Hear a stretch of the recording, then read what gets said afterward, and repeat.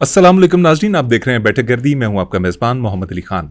अगर थोड़े तरीन अल्फाज में आपसे बात करूं तो बात यह है कि दुनिया तीसरी जंग अज़ीम के धाने से होकर वापस लौट आई है। यह दरवाज़ा क्यों बंद रहा, किन शख्सियात की वजह से बंद रहा, उन शख्सियात में से एक आज मेरे स्टूडियो में मौजूद है, जनाब मियाँ मोहम्मद शहबाज शरीफ साहब की डमी। सर, कैसे हैं आप? अस्सलाम वालेकुम। आप सबको मेरी तरफ से बहुत बहुत सलाम हो और मुबारकबाद हो कि अल्लाह ताला के फ़ज़ल व करम से अल्लाह ने अपने फ़ज़ल और करम से हमें कामयाबियों की उस औज सुरैया पे पहुंचा दिया है कि जिसका कोई तसव्वुर ही कर सकता है। बहुत बहुत शुक्रिया मोहम्मद अली ख़ान। ये अल्लाह ताला ने हमें इस बड़े काम के लिए चुना कि हमारी औकात ही नहीं थी, लेकिन सब करने वाली रब की ज़ात है। शुक्रगुज़ार हैं उस ज़ात के कि जिसने इतना बड़ा काम हमारे हाथों करवाया, और इस नेक काम के लिए अल्लाह ताला ने पूरी दुनिया में से हमें चुना।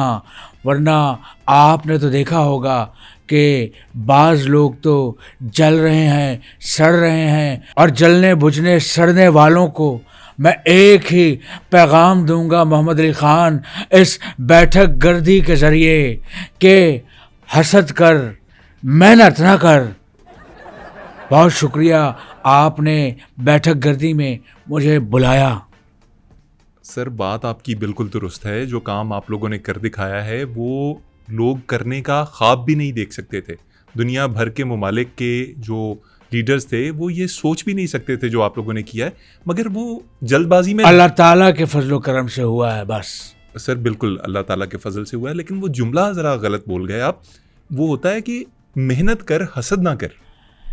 ये जुमला मैंने जलने वालों तुम्हारा मुंह काला, ये मैंने उन्हें तंज किया है, तंज, कि वो हसद करते रहें, मेहनत ना करें। मेरा मतलब कहने का ये था। नहीं सर, वो जलते रहेंगे तो मेहनत कौन करेगा? आपका खादिम मेहनत करेगा, शबाना रोज़ मेहनत करेगा, शब रोज़ मेहनत करेगा, दिन रात।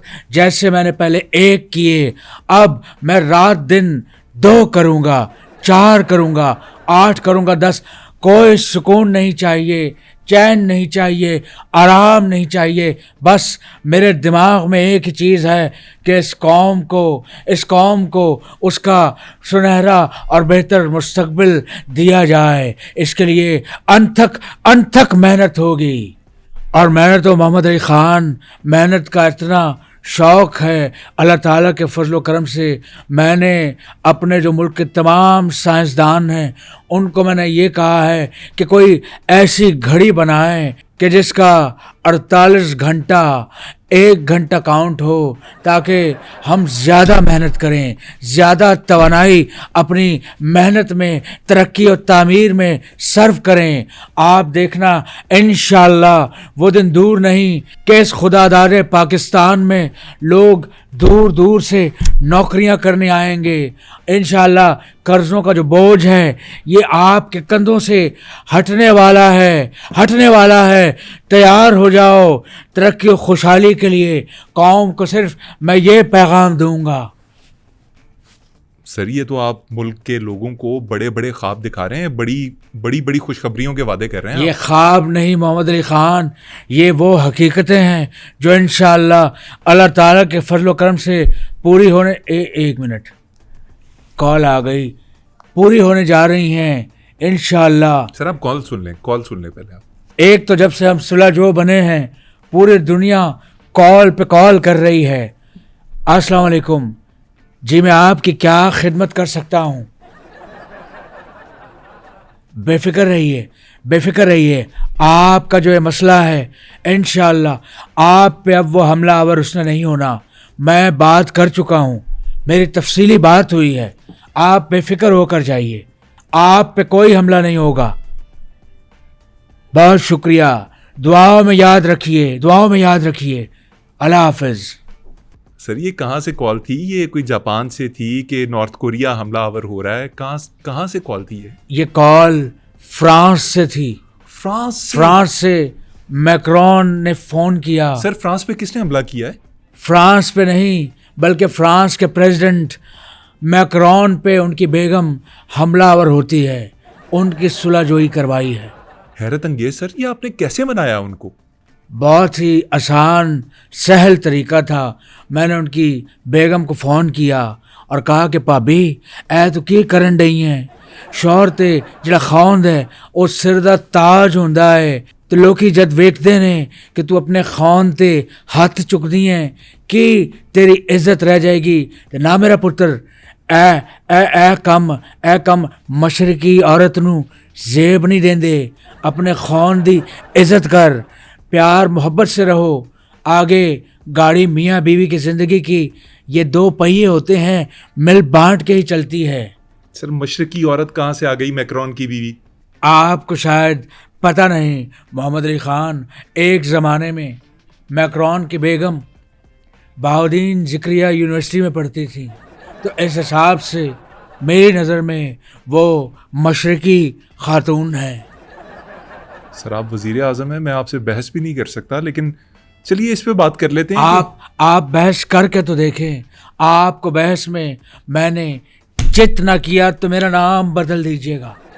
सर ना तो मैं आपका नाम बदलवाना चाहूँगा और ना ही मैं अपना हुलिया बदलवाना चाहूँगा।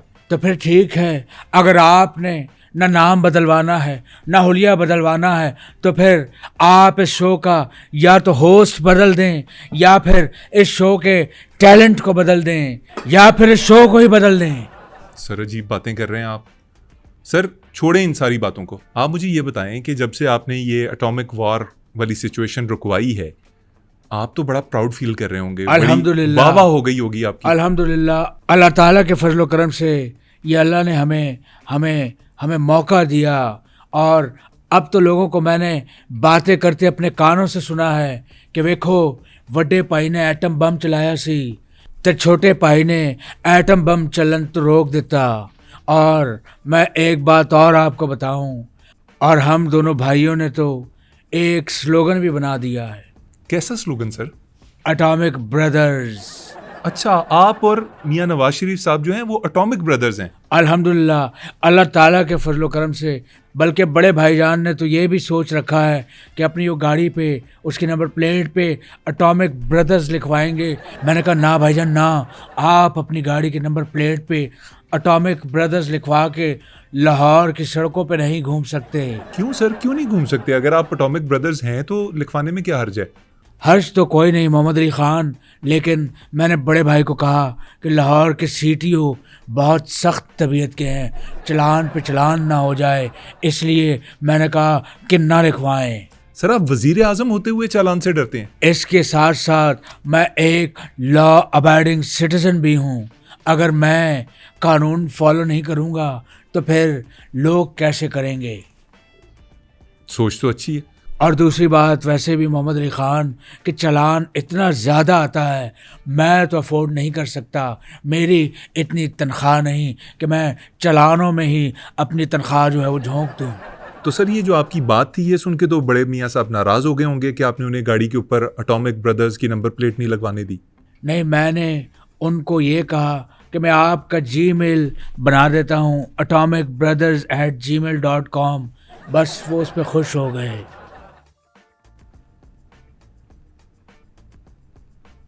आपने बीमार बिल्ली जैसा मुंह क्यों बनाया है?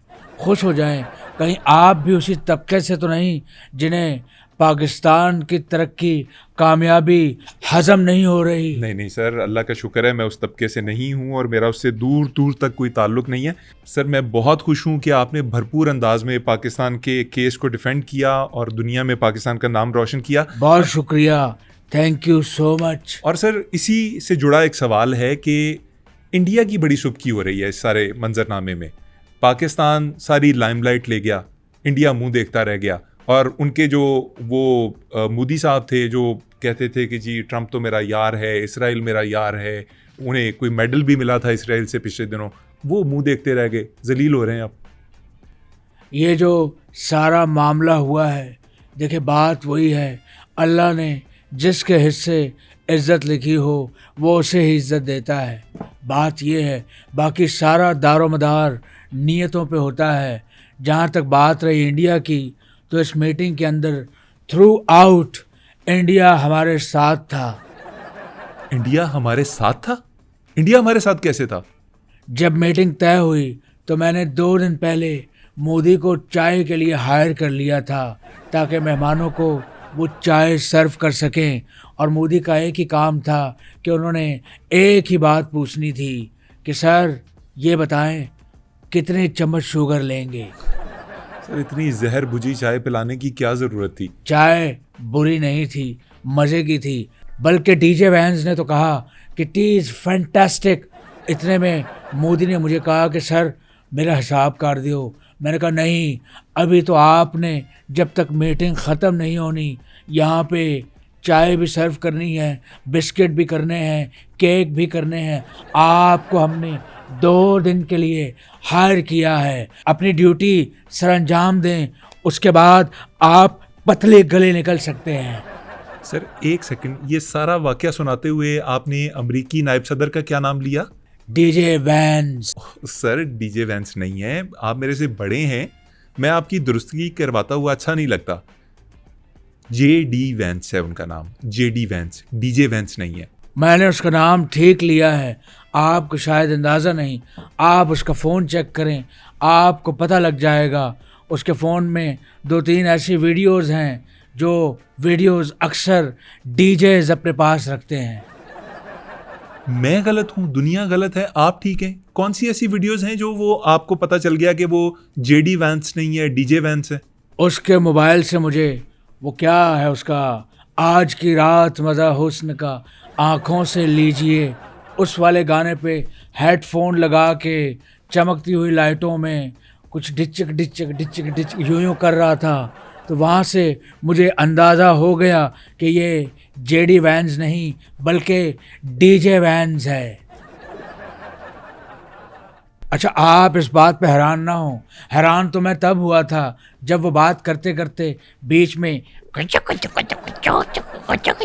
वो क्या होता है, एक आवाज़ आती है, स्क्रैचिंग जिसे वो कहते हैं। किया उसने। वहाँ से मुझे और पक्का हो गया कि ये डीजे है, JD नहीं। सर मेरे लिए तो ये बड़ी हैरान कुन सी इन्फॉर्मेशन है। आपको हैरान करने के लिए आपको एक और बात बताता हूँ। ये जो डीजे वैंस हमारे यहाँ पे मेहमान आए हैं, मैं इनका जहाज़ देख के, शक तो मुझे पहले ही था कि बहुत बड़ा जहाज़ था जिसका पेट फूला हुआ था। मैं एयरपोर्ट पे चलते चलते जहाज़ के पास गया, मैंने उसको प्यार देना शुरू किया।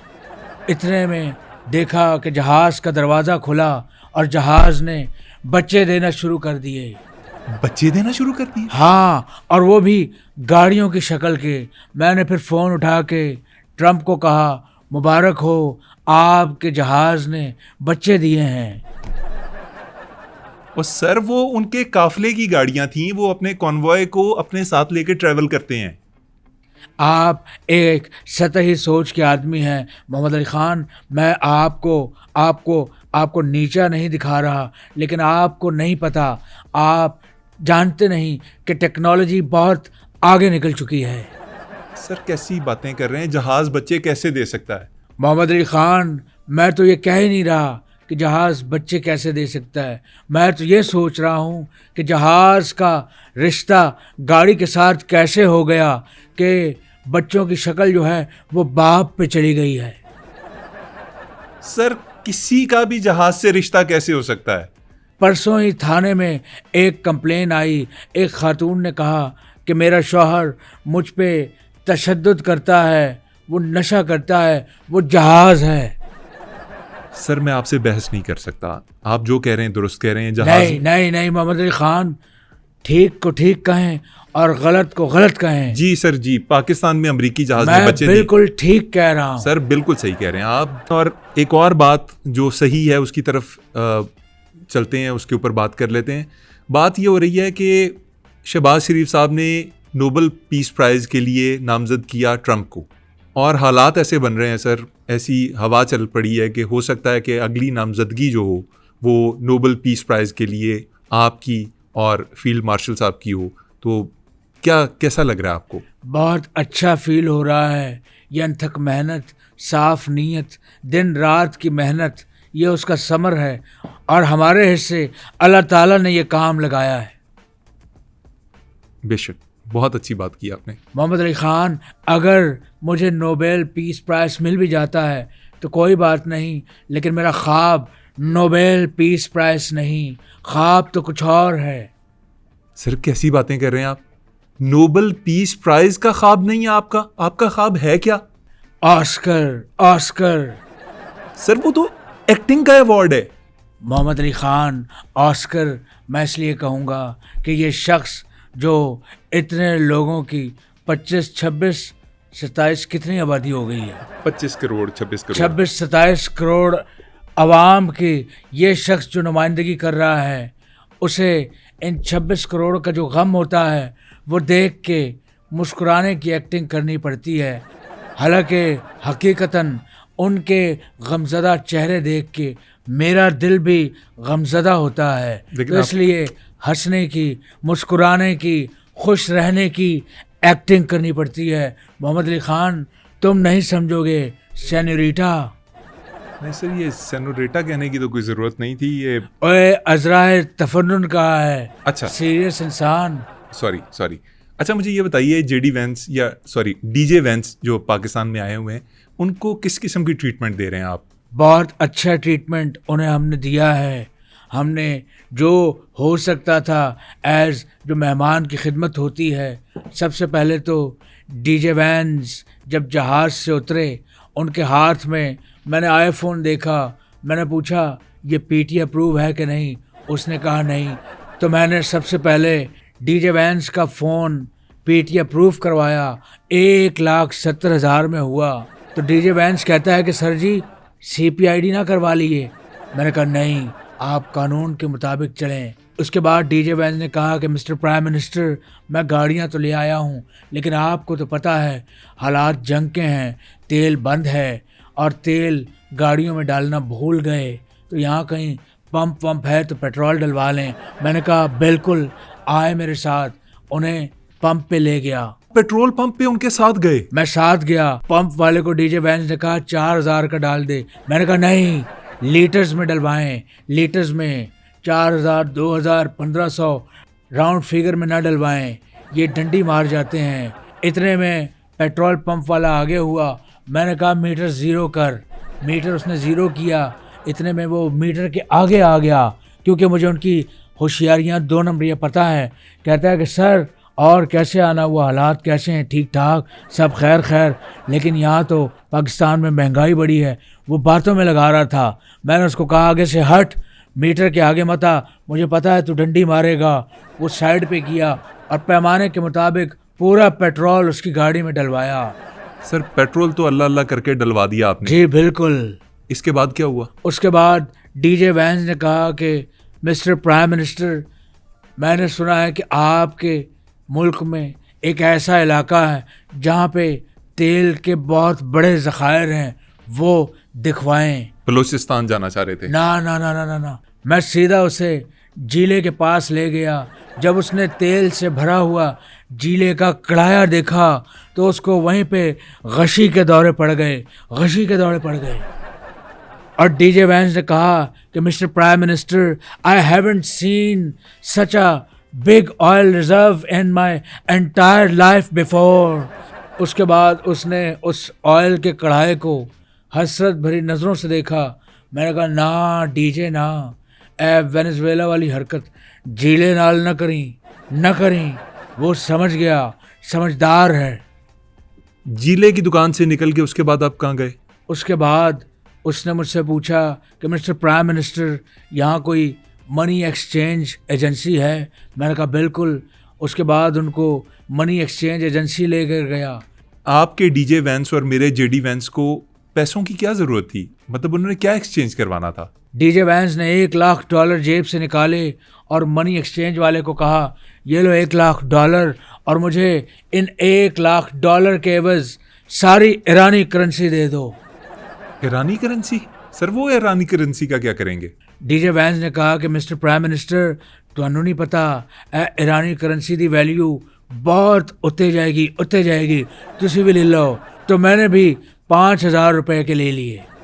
सर आपने सिर्फ पाकिस्तानी 5,000 रुपए के ईरानी रियाल खरीदे? मोहम्मद अली खान, तुम्हें नहीं पता, आगे जाके ये करोड़ों में होंगे, करोड़ों में। केड़े पासे लग गए हो सर जी? अरे एक और चीज़ याद आ गई। मैंने डीजे वैंस के साथ उसकी गाड़ी में सफ़र के दौरान एक चीज़ नोट की कि उनके मसले भी हमारे जैसे ही मसले हैं। हमारे जैसे मसले? अमरीकियों के? मतलब कैसे? मैंने नोट किया कि जो 20 गाड़ियों का जो कॉन्वॉय था, उनमें उनके सिक्योरिटी एहलकार आपस में कुछ ऐसे ऐसे बातें कर रहे थे। मैंने गौर से सुना तो उनके मसाइल भी हमारी तरह ही निकले। हमारे जैसे मसाइल? अमरीकियों के? कैसे सर? वो कह रहा था कि माइकल आंदिया होया पान ले ले सन, और एक तो कह रहा था कि ए अम्मा जी ने जेड़ी रोटियां पाई सन ओ केड़े डब्बे च रखियां ने, काले च के लाल च, ओवर एंड आउट। इस तरह की बातें कर रहे थे? इस तरह की बातें और न जाने क्या क्या। मैं क्या बताऊं कि एक गाड़ी कॉन्वॉय से निकल के पान की दुकान पे खड़ी हो गई, जिससे मैंने अखज़ किया। क्या अखज़ किया सर? कि इन्होंने वाकई पान नहीं लिए थे। सर ये अमेरिकी सिक्योरिटी के कुछ ऐसे उमूर हैं या ऐसी चीज़ें हैं जिनके बारे में हम में से किसी को भी नहीं पता था। आपका बड़ा शुक्रिया कि आपने इनके ऊपर रोशनी डाली, हमें आगाह किया इनसे। सफ़र होता रहा, डीजे वैंस और मैं बातें करते रहे। रास्ते में डीजे वैंस ने कहा, सर कहीं बैठ के चाय पीते हैं। हम एक जगह चाय पीने बैठ गए। तो सर आप जेडी वैंस को चाय पिलाने के लिए किसी रेस्टोरेंट पे ले गए होंगे? ना ना ना ना ना, हम वहीं रास्ते में रुक गए और डीजे वैंस ने अपनी गाड़ियों पे मंजियाँ रखी हुई थी, वही उतार के हम साइड पे बैठ गए। इतने में डीजे वैंस ने अपने मातहत को बोला कि सबसे लास्ट वाली गाड़ी की डिग्गी में जैक के साथ मोदी है, उसको निकालो और उससे कहो कि चाय बनाए। मोदी जी जो इंडिया के प्राइम मिनिस्टर हैं, वो हाँ। गाड़ी की डिक्की में थे और जैक के साथ थे? जनाब, वो जब बाहर आया उसने चाय बनाई, हम सब ने चाय पी। मैंने चाय पीने के बाद मोदी से कहा कि ऐ बूढ़े नौजवान, चाय अच्छी बना लेते हो, हमारी 2 दिन की मीटिंग है, मेरे लिए काम करोगे? उसने कहा धन्यवाद, मेरा तो भाग खुल गए। बस वहाँ से मैंने मोदी को 2 दिन के लिए हायर किया और उसने हमें चाय पिलाई, चाय पिलाई, चाय पिलाई। सर आप तो बड़े कमाल मिमिक्री आर्टिस्ट हैं, आपने तो बड़ी कमाल मोदी की नकल उतारी है। मोदी की तो हम उतारते रहते हैं, हमने पहले भी उतारी थी, हम उसकी उतारते रहते हैं। और Mohammad Ali Khan, you know what, अब उसे आदत पड़ गई है। तो सर ये चाय शाय पीने के बाद तो आप मंजिल मकसूद यानी वजीर आजम हाउस पहुंच गए होंगे? हाँ, मंजिल मकसूद हम पहुंच गए। लेकिन मोहम्मद अली ख़ान, एक बात बताऊं, डीजे वैंस जो अपने साथ गाड़ियों का काफ़िला लेके आया हुआ था, वो गाड़ियां थीं बड़ी आरामदेह। मैंने बहाने से दोबारा उसमें सफ़र करने के लिए डीजे वैंस को बोला, आप जाएं मेहमान खाने में आराम करें, मैं मनी एक्सचेंज में अपना पर्स भूल आया हूँ, वो लेने चला जाता हूँ। इसके बाद मैं गाड़ी में सफ़र करने दोबारा बैठा। सीट्स ऐसी मज़ेदार थीं कि बटन दबाओ, बटन दबाओ, ये जो रिक्लाइनर सीट्स होती हैं, ये सीट्स थीं। इसके बाद मसाज का ऑप्शन भी था।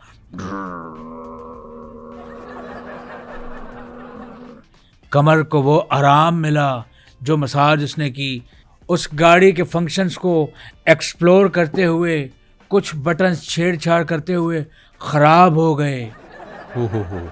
इतने में मुझे ट्रंप की कॉल आई। किस मकसद से सर? उसने पूछा, पीएम साहब ज़रा देखिएगा हमारी गाड़ी के साथ कोई छेड़छाड़ तो नहीं कर रहा, क्योंकि इसमें एटम बम का भी बटन है। मैंने कहा नहीं, मैं तो चेकअप करवाने आया हुआ हूँ, डीजे वैंस ही होगा, आप उससे फ़ोन करके पूछ सकते हैं। इसके बाद मोहम्मद अली ख़ान, वो गाड़ी मेरे दिल को ऐसी लगी, मैंने कहा ये गाड़ी मैं लेना चाहता हूँ। मैंने फिर गाड़ी का पेंट ओरिजिनल है कि नहीं डोगर को कॉल की। डोगर ने कहा, मिस्टर प्राइम मिनिस्टर, मैनू 1.5 घंटा दे दियो, मैं एक काम से फंसिया। बहरहाल इतने में मैं वापस मेहमान खाने गया, वहाँ डीजे वैंस को बोला और हमारे जो दूसरा डेलीगेशन था ईरान का, हम लोग आपस में सर जोड़ के बैठ गए और गुफ्तगू शनीद हुई, बहस हुई, आपस में बातचीत हुई। और जब हम एक हतमी ड्राफ्ट पे पहुँचे, नतीजे पे पहुँचे, जैसे ही मुआहदे पे साइन होने वाले थे कि डोगर दरवाज़ा खोल के अंदर आया और कहने लगा, पीएम साहब ये जेडी वैंस की गड्डी ना लेना, ये सारी गड्डी पेंट है। सर ये क्या किस्सा है सर? ये कैसा किस्सा है? डोगर के मुंह से ये सुनना ही था कि डीजे वैंस को गुस्सा आ गया। उसने फ़ोन मिला के फ़ौरन सुनील मंच को बुला लिया। सुनील मंच अपने साथ इंस्पेक्शन शीट लेकर आया और कहा कि गाड़ी का सिर्फ बॉनेट पेंट है, बाकी पूरी गाड़ी जेन्युइन है। डोगर और सुनील मंच वहाँ पे गुत्थम गुत्था हो गए। मैंने अपने फरीकैन को कहा, आप मुझे 15 मिनट दें, मैं पहले इनका मामला सुलझाऊं। मैंने फिर सुनील मंच और डोगर की पहले सुलह कराई, उसके बाद हम फिर सर जोड़ के बैठ गए। फिर आप सर जोड़ के बैठ गए, फिर क्या हुआ? बस उसके बाद हम फरीकैन दोबारा सर जोड़ के बैठ गए और जब मुआहदे पे साइन होने लगे तो मोदी बोल पड़ा। क्या बोल पड़ा? कि सर जी मेरा हिसाब कर दियो। यार एक तो ये गलत मौके पे बोलने की आदत है इस बंदे को। फिर आपने क्या किया? मैंने कहा, मोदी आपके पैसे आपको मिल जाएंगे, हौसला रखें, हौसला रखें। सर बड़ा लंबा वाकया हो गया, छोड़ें इसको। ये जो मुआहदा हुआ है मैं इसके मज़ीद डिटेल्स में नहीं जाना चाहता। मुझे ये बताएं कि ये मुआहदा हो गया, आपने दुनिया को तबाही के धाने से आप वापस ले आए, बहुत बड़ी जंग रुक गई। अब पाकिस्तान के अंदर तेल की जो प्राइसेस हैं उनको किसी तरह से कंट्रोल कर पाएंगे हम? ये जो लोगों को जिस सौबत में है, जो परेशानी है, ईरान के साथ ताल्लुकात बेहतर होंगे, डेफिनेटली हुए हैं, क्या हम ईरान से तेल खरीद सकेंगे? कुछ ऐसा होगा कि गाड़ियों के अंदर पेट्रोल आराम से मिल सके? इंशाअल्लाह अल्लाह ताला के फजल करम से अब पाकिस्तान को तरक्की करने से कोई नहीं रोक सकता इंशाअल्लाह। और जहाँ तक बात आपने की पेट्रोल प्राइस की, तो ये मेरे हाथ में नहीं, ये तो आलमी मंडी से उस रेट पे मिलता है, हमें मजबूरन आपको महंगा देना पड़ता है। लेकिन फ़िक्र ना करें, हम कोशिश करेंगे कि सबसे पहले आने वाले दिनों में पेट्रोल 150 रुपये लीटर कर दें। लेकिन इसके लिए आवाम को भी हमारा साथ देना होगा। हमने एक हिसाब लगाया है कि जो ब्रेकें हैं ये गाड़ी का पेट्रोल ज़्यादा खर्च करती हैं। आप ब्रेकें मारना बंद कर दें, विदाउट ब्रेक गाड़ी चलाएं। आप देखिएगा पेट्रोल की बचत भी होगी, खपत कम होगी और इतने में इंटरनेशनल मार्केट में तेल के रेट भी नीचे आ चुके होंगे। एक सेकंड यहाँ पे आपको रोकूंगा, ये ब्रेकें मारना छोड़ने से आपकी क्या मुराद है? हम इस हवाले से एक नई स्कीम पर गौर कर रहे हैं। क्या स्कीम है सर? ज़रा थोड़ी सी तशरीह फरमाइएगा उसकी। आप पहाड़ी इलाकों से मैदानी इलाकों की तरफ बग़ैर ब्रेक, बग़ैर फ्यूल के अपनी गाड़ी ला सकते हैं, चला सकते हैं, वो भी एक बूंद पेट्रोल यूज़ किए बग़ैर। एक सेकंड सर, मैं आपको यहाँ पे रोकूंगा। हम पहाड़ी इलाकों से मैदानी इलाकों तक तो पहुँच सकते हैं बग़ैर फ्यूल यूज़ किए। बिल्कुल, आप मोटरवे के साल्ट रेंज से आप स्टार्ट करें, लाहौर तक बग़ैर ब्रेक आप पहुँच सकते हैं। मैं समझ गया सर। आप कह रहे हैं कि ऊंची जगह से, पहाड़ी इलाकों से ढलान की तरफ जब हम आएंगे तो मैदानी इलाकों तक ब्रेक लगाए बगैर हम पहुंच सकते हैं। सर ये पहाड़ी इलाके में गाड़ी लेके कैसे जानी है? ये हमारा मसला नहीं मोहम्मद अली ख़ान, हमारा मसला नहीं। नाजरीन, ये थे वज़ीर आज़म पाकिस्तान की डमी जो हमें बता रहे थे कि दुनिया में क्या मामलात हैं, पाकिस्तान कहाँ खड़ा है और अमरीकी जो सिक्योरिटी वफ्द है उसके अंदर किस किस्म के मामलात चल रहे हैं।